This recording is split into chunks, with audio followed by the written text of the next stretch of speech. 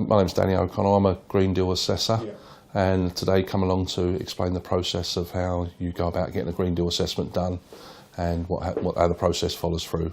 The whole process is quite straightforward. Obviously it's the initial cost, the outlay of getting things done and the savings. It's just explaining really two identical properties, one with the savings and one without. From a tenant's point of view, where would you rather live? In 22 years of being a landlord, I've never had a tenant ask me, is there any energy efficiency in the building? You know, what are the walls? Is there any sort of loft insulation? It's never happened. Even when we rented out this house, not one of the tenants ever asked me that. I'm happy to say we've done it, but it's never been a question a tenant has asked. I think now with the Green Deal and there's more in the news and more in the media, I think people are more aware. I've done the plastering work. I'm from AK Plastering. We applied a 27mm insulation board, which is high density foil back, to the walls. Also, there was all fibre taped. All the joins were very tight as well, to ensure that you get no air escaping and any air coming into the property, which I think is very important to retain the heat. I find the warmth of this property is fantastic. It's very good at retaining heat. Doesn't sort of require a huge amount of heating to keep it warm or to warm it up in the first place. And you can probably see the fact it's snowing outside and I'm sat here in a t-shirt. It's probably a very good sign of that as well.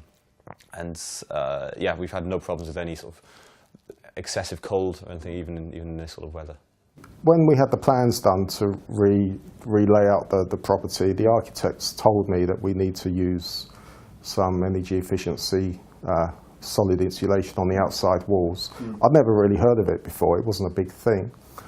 So I looked into it and we decided that it would be a good thing to do. A lot of the old properties used to have the very thick render on the walls, at least an inch thick. If you take it back to brickwork and that's all hacked off, you apply the 27mm insulation board to the wall directly, you're only talking about probably coming out about another 20mm further than it was originally. So when we've applied it, most people haven't even noticed the difference in the property, and a lot of the times as well, it's only on your external walls and not your party walls that it needs to be applied to. This basement area is very damp. We used the Sika One water retarder, waterproof repellent in the walls, which was a render, which we applied to all the party walls and also the external walls with this product. Normally the work that's recommended is work that's going to be done at some point anyway. So if you can put that cost of that against the savings you can expect to get, it sort of makes it easier to make the decision. People will say, oh, do you know what the bills are a month?